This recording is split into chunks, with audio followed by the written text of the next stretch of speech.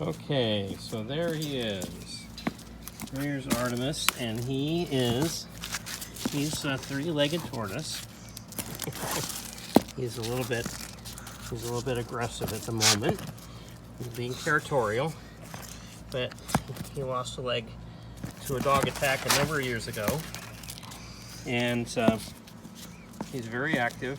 Doesn't seem to slow him down much, and we give him a little peg leg. We use a little wall mount doorstop from Ace Hardware. We modify these and they last about 2 years. And his old one has been pretty much worn down. And you can see what I've done to it is I've drilled holes in it, and then I filled the cavity with epoxy, and then we use that for the leg. So what I'm going to do is I'm going to go ahead and prepare this new doorstop here for his leg. I'm going to take it out of the package, drill some holes in it, get the epoxy prepped, and then I'm going to put Artemis, a tortoise, on top of this cinder block here with a towel. And I've got this Velcro strap I'll strap him down to the cinder block with. And then I will use some various sandpaper and things to get the surface of his shell cleaned off, and then we'll epoxy a new doorstop leg onto the front of his shell. That'll keep him from wearing that shell out on the side where he's missing a leg. So that is what we're getting ready to do. Okay, so we're gonna take a look at this hole size here and see if that's a little small.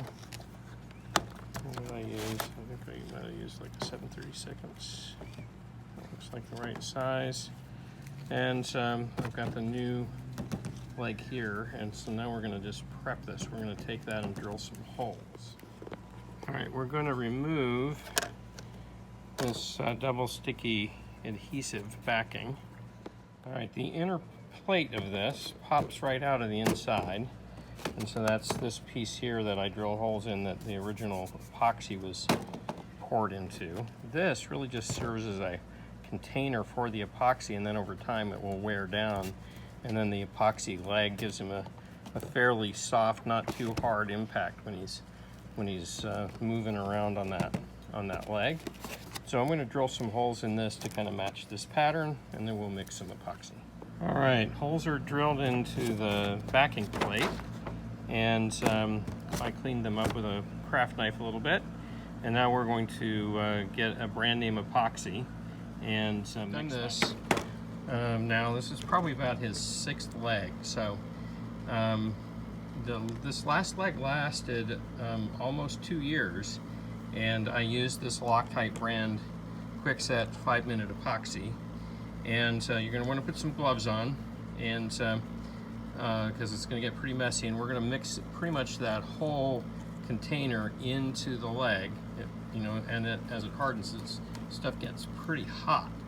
So we're going to need to prep some pads of paper towel. It gets pretty messy, and we're going to have to hold it against the shell in the right position until the epoxy sets up.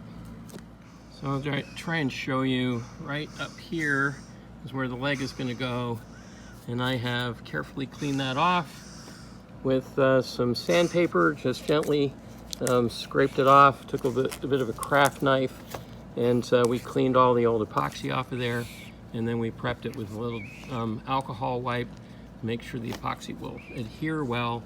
We'll have to pull him forward on his little stand that I made out of a cinder block and a big Velcro strap that I had.